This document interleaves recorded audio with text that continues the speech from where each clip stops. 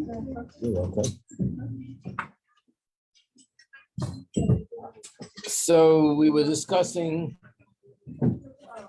why is it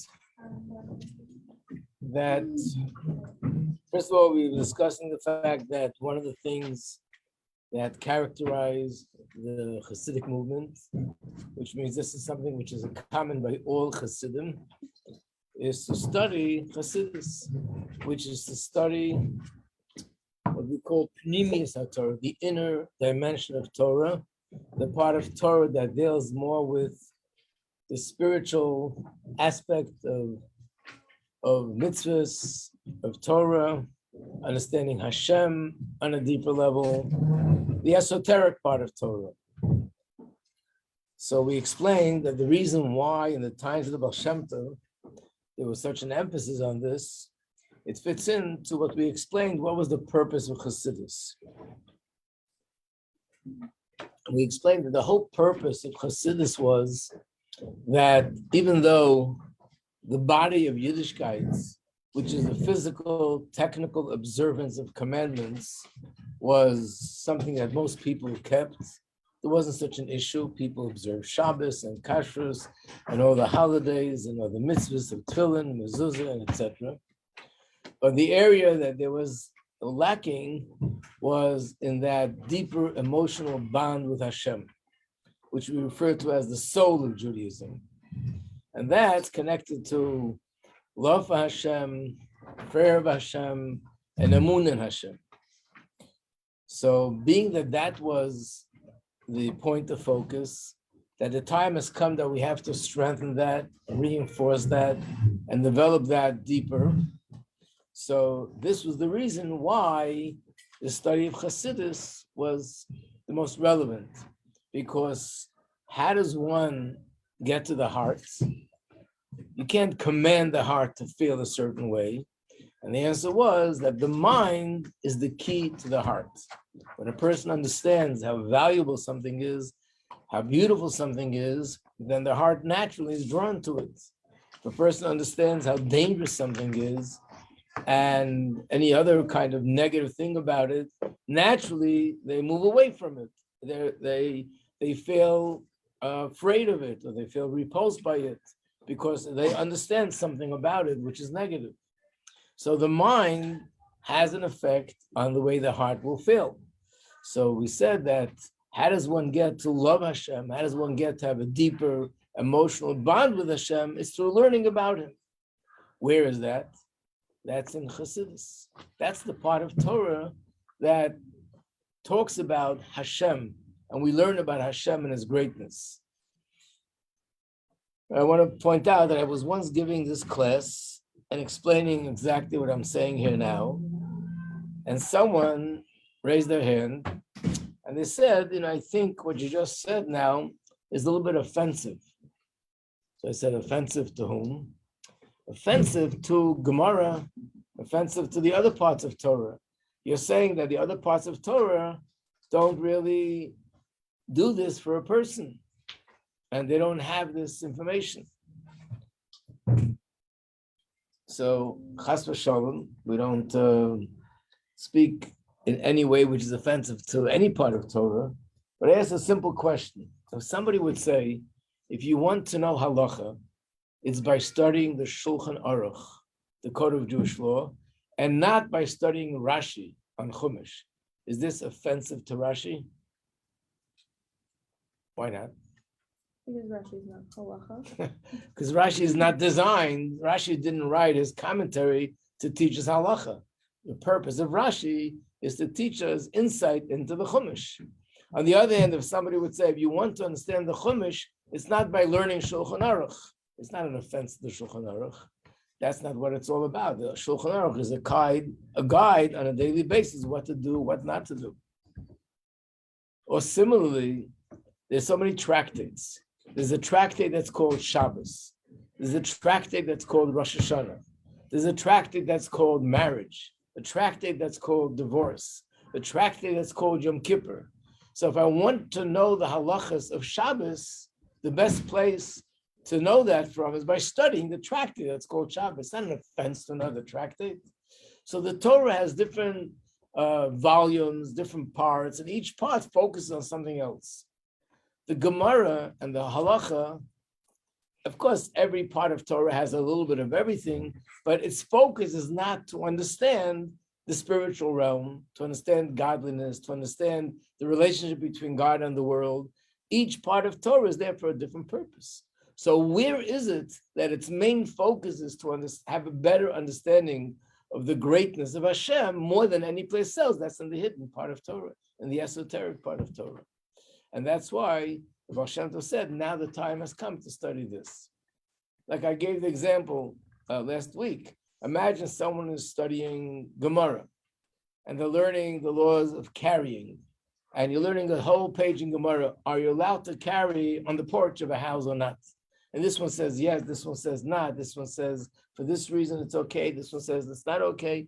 And then finally you come to the conclusion it's okay to carry on the porch on Shabbos. Are you going to feel, wow, I really love Hashem? What's the connection?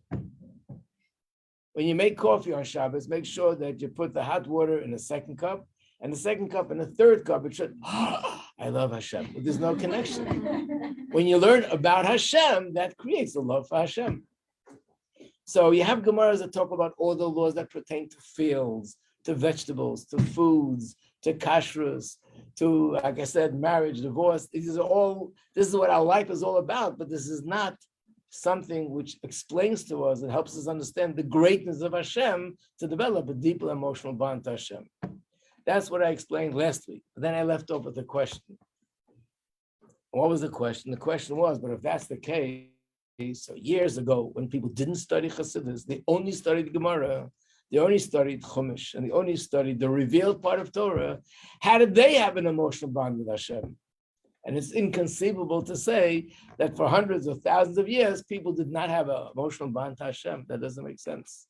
They definitely did. And all they studied was the Halacha and the Gemara.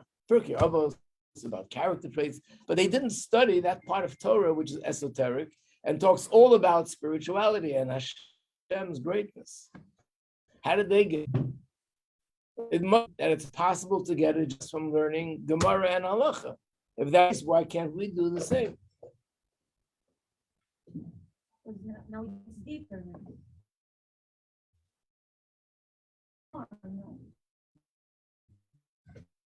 More, if it's good enough now.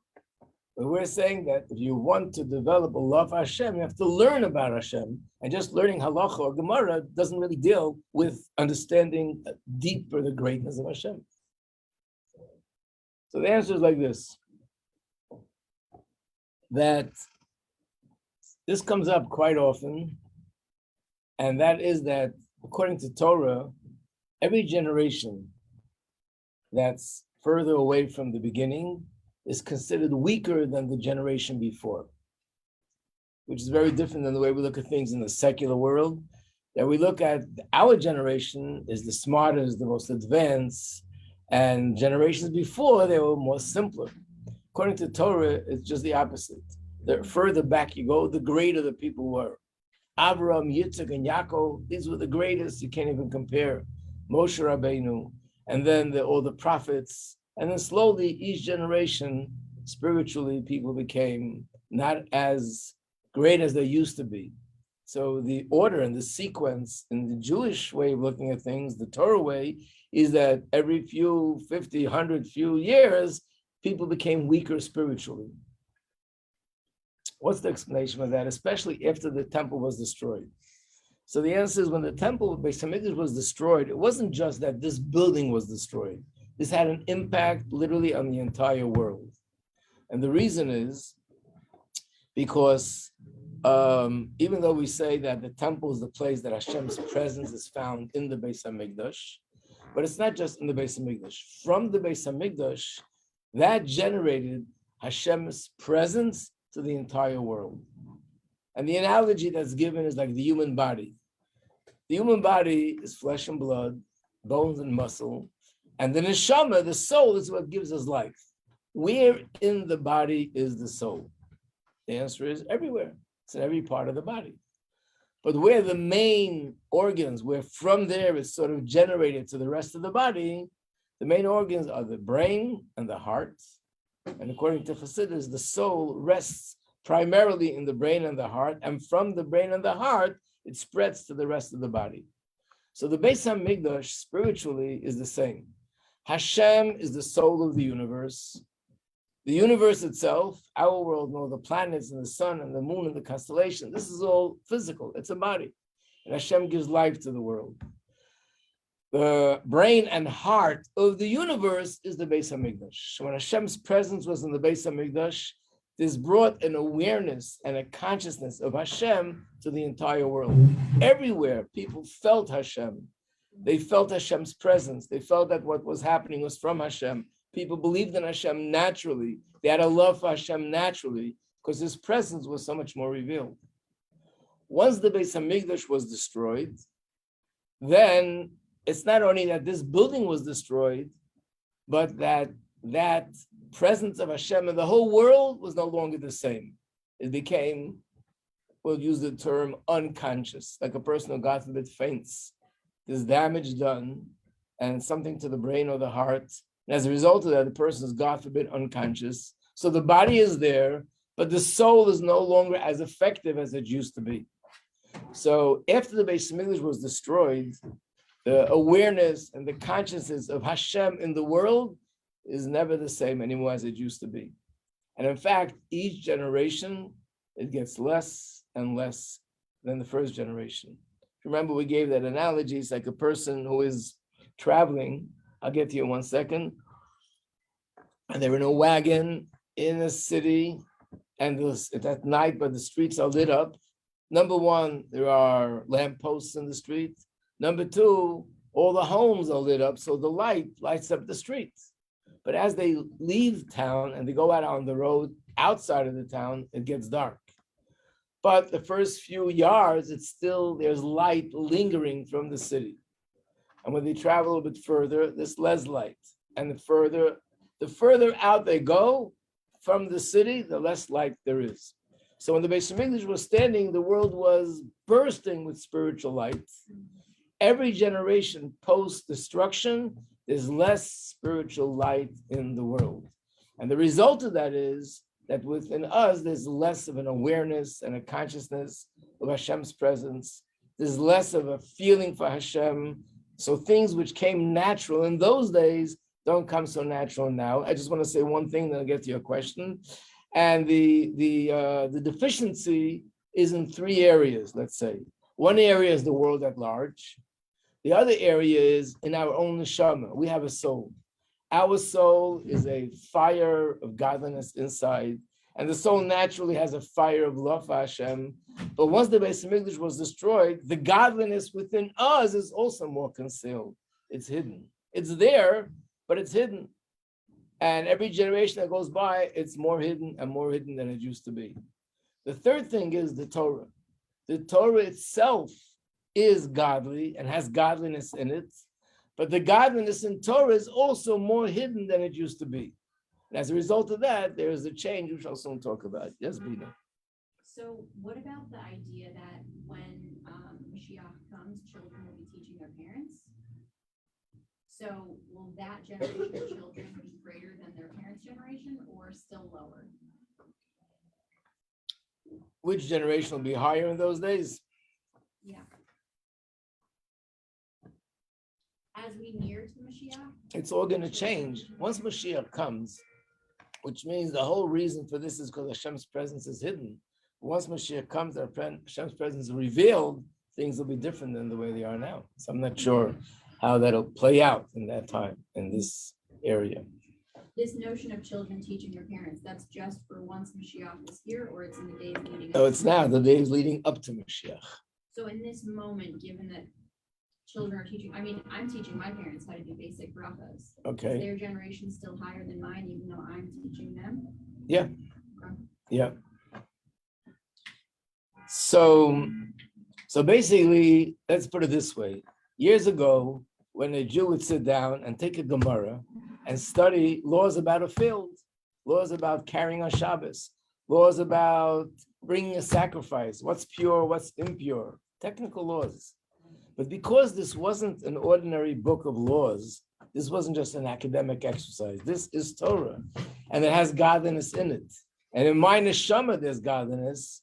So when I studied Torah, as a result of that, naturally, I became on fire with love for Hashem. Yes, from learning about a table and a chair and a donkey and a monkey, even though it's not anything related to Hashem. But if it's Torah, it flares up the fire of my neshama. To give you a simple example, spoke about this many times. Today, in our times, there are people who come to, let's say, to Israel.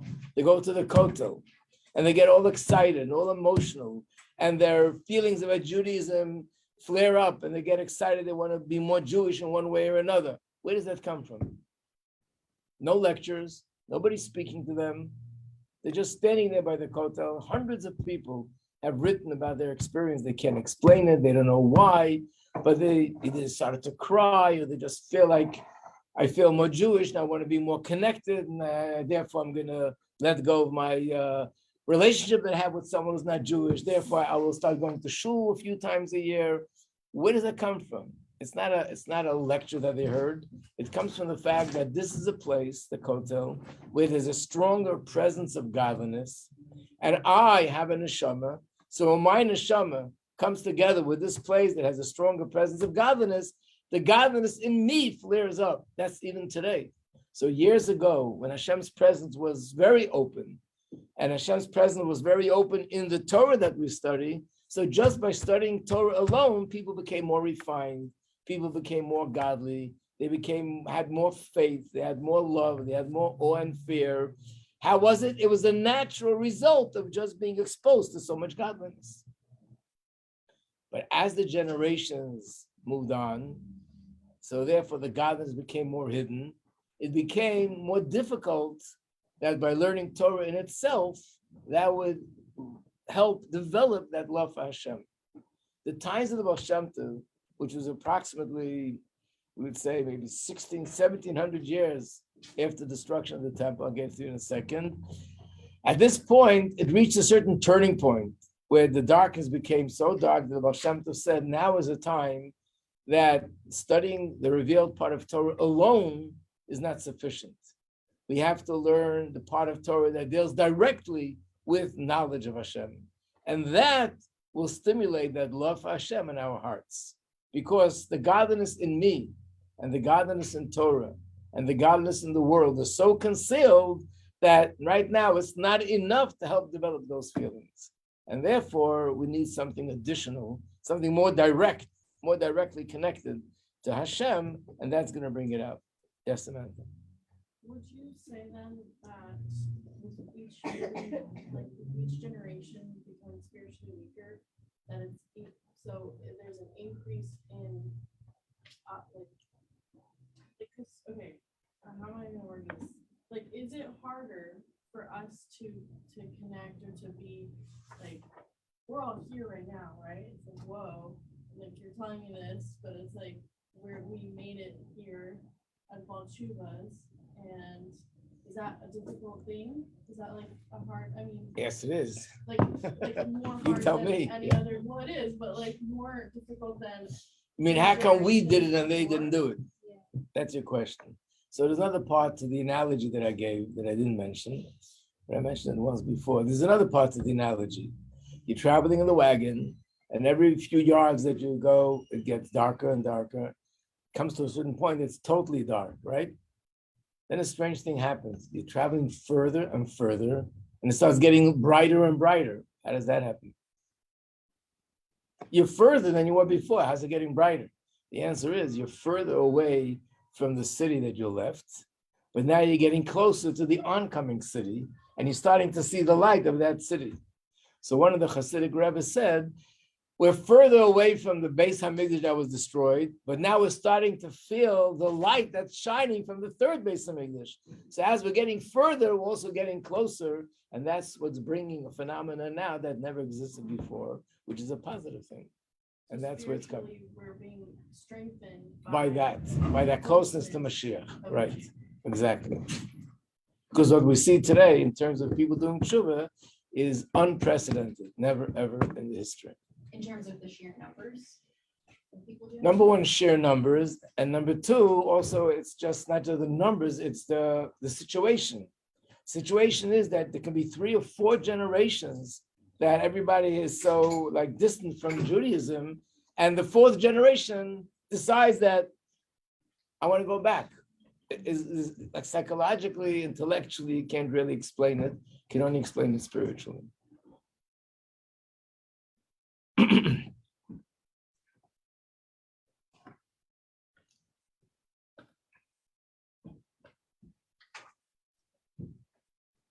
So this is the reason why in our generations, again, there was, of course, opposition. People felt this, if it wasn't necessary before, it's not necessary now, because they weren't focusing so much on this emotional bond with Hashem. They were focusing mainly on learning Torah, doing mitzvahs, make sure to do what's right, not to do what's wrong. And if you just focus on the technical aspects of Yiddishkeit, why can't we do it now, just like before? But if you're concerned about the emotional bond with Hashem, that the love for Hashem, the deeper connection to Hashem, that's something which we need to be more involved in knowing Hashem, understanding Hashem, in order to be able to develop those feelings.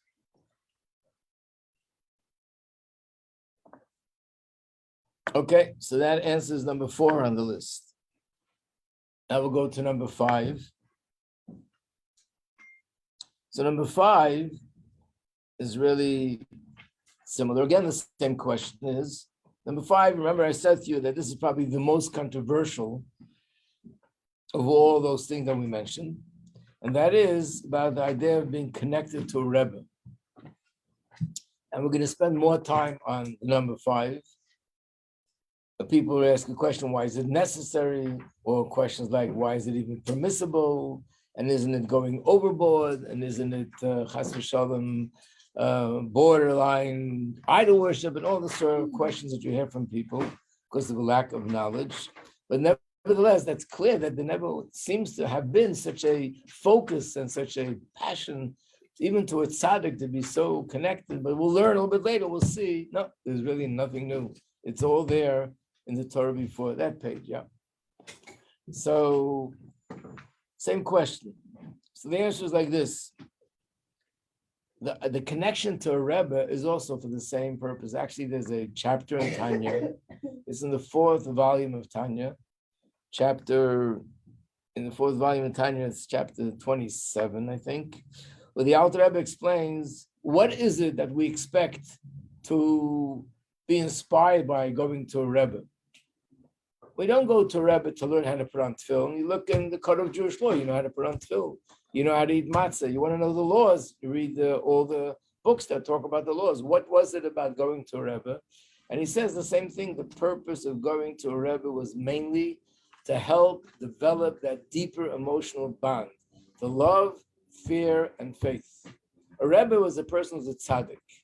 And you observe, here is a person that you can actually watch, that he not only observes the Torah and the mitzvah, but he himself is on fire with love. You see that in the way he speaks, and you see that in the way he lives. He's on fire with love. He's in awe of Hashem. His faith in Hashem is beyond anything we can possibly imagine. And therefore, by being connected to him, it inspires us to love and fear Hashem, and inspires us to have that strong faith in Hashem. So again, years ago, with that wasn't the emphasis so much. They didn't see the need so much to have that sort of connection to a Rebbe, to a tzaddik. But as time went on, and the time came that we have to look for ways to stimulate that deeper connection to Hashem, that's when the need to be connected to a tzaddik became something which is necessary. But at the same time, there's really nothing new that Chassidim are doing, nothing new that Chassidim introduced.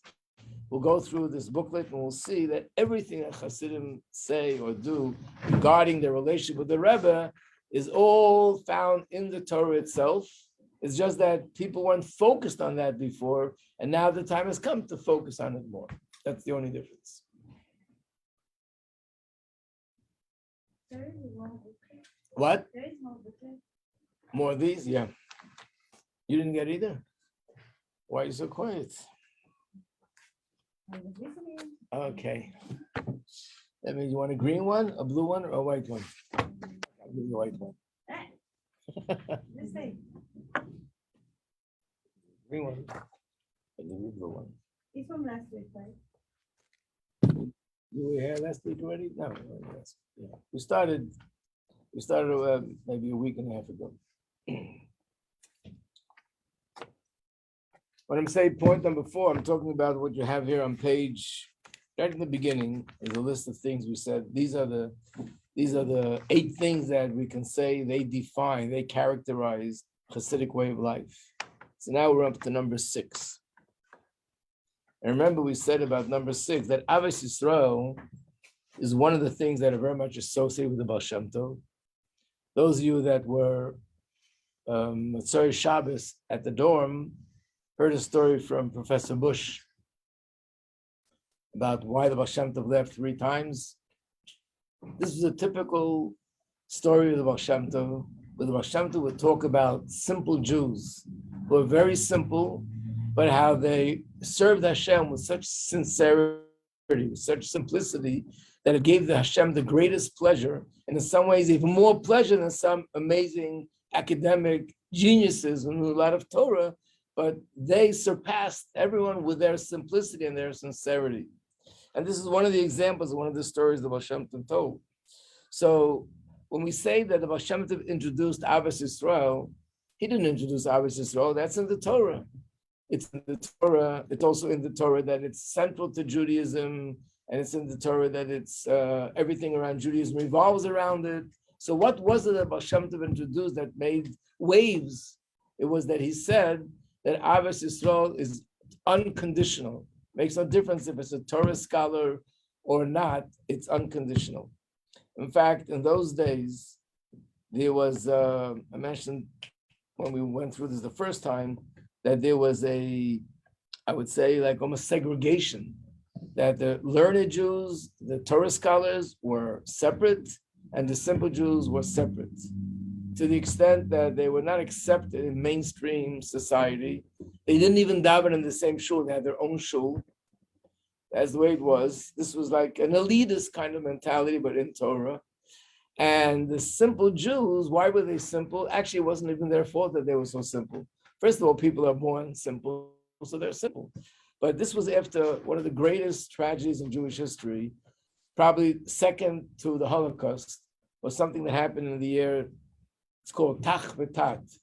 These are the Hebrew dates, but in the English dates, it was 1648 and 1649, where there was a big, it caused more than just a pogrom, but this happened in the Ukraine, which is very much on the news today. Someone called Chassidic, who went through the country, and they killed, in those days, they didn't have the technology that the Nazis had, but they killed 500,000 Jews. And before they killed them, they tried to force them to take on Christianity. Whoever didn't, they just cut them up, burnt them. It was a horrible, horrible time. And tens and hundreds of thousands of children grew up without fathers, without mothers, have families, and they had to fend for themselves, and they never had the opportunity to study. So they grew up, they're actually God-fearing, but no knowledge. And they made a lot of mistakes in what they did. They didn't know what they were doing when it came to Shabbos, Kashrus, Brachas. And as a result of that, the people who were scholars used to make fun of them, used to put them down because they did things which were so contrary to what the Torah says or Halakha says, and they thought they're doing the right thing. They made a joke out of it. They didn't respect them at all. And one of the greatest things that Hashem did was to lift their spirits and show them that they, with their simplicity and what they do is they say Tillim, even if they pronounce the words wrong, it's very precious to Hashem. And that's the question. What does this have to do with Chassidus? It seems like a beautiful idea that love for a fellow Jew should be unconditional, but how does it fit into the thread that we're talking about? Chassidus introduced the emphasis on prayer, nigunim, simcha, and the emotional bond with Hashem. How does it fit in? And therefore, we should have unconditional love for everybody, even for people who are simple, or today, even for people who are not religious. It makes no difference. A Jew is a Jew. What is the connection to Chassidus? So the answer for that We'll be continued tomorrow, Mitzvah Hashem. We'll stop over here. Number 6.